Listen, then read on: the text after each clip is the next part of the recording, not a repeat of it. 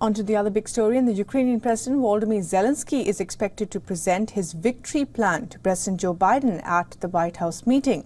Earlier in his address to world leaders at the UNGA, Zelensky said that Russia is planning attacks on Kyiv's nuclear power plants and infrastructure.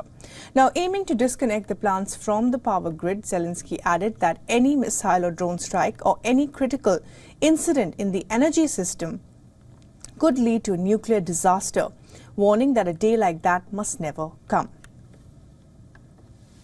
Recently, I received yet another alarming report from our intelligence. Now Putin does seem to be planning attacks on our nuclear power plants and their infrastructure, aiming to disconnect the plants from the power grid. With the help of satellites, by the way, ladies and gentlemen, satellites of other countries. Russia is getting images and detailed information about the infrastructure of our nuclear power plants. Now, shortly after the Ukrainian president's remarks, his Russian counterpart, Vladimir Putin, had made his most explicit threat over the use of nuclear weapons, stating that Russia would consider such a response to a massive aerial attack on its soil. The updated version of the document proposes that aggression against Russia by any non-nuclear weapon state, but with the participation or support of a nuclear weapon state, should be regarded as a joint attack on the Russian Federation. The conditions for Russia's transition to the use of nuclear weapons are also clearly defined. We will consider such a possibility as soon as we receive reliable information about a massive launch of aerospace attack, means, and their crossing of our state border.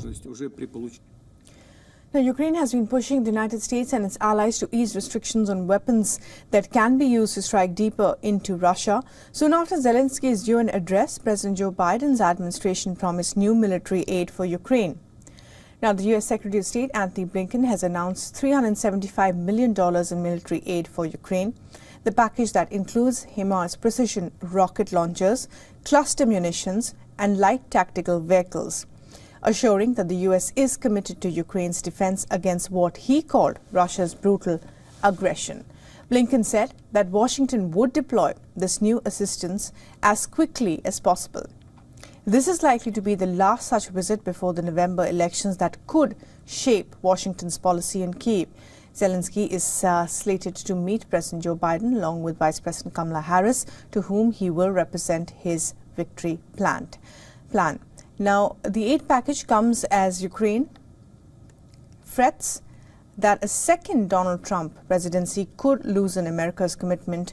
Trump has repeatedly praised Russian President Vladimir Putin and has refused to take a side in the war.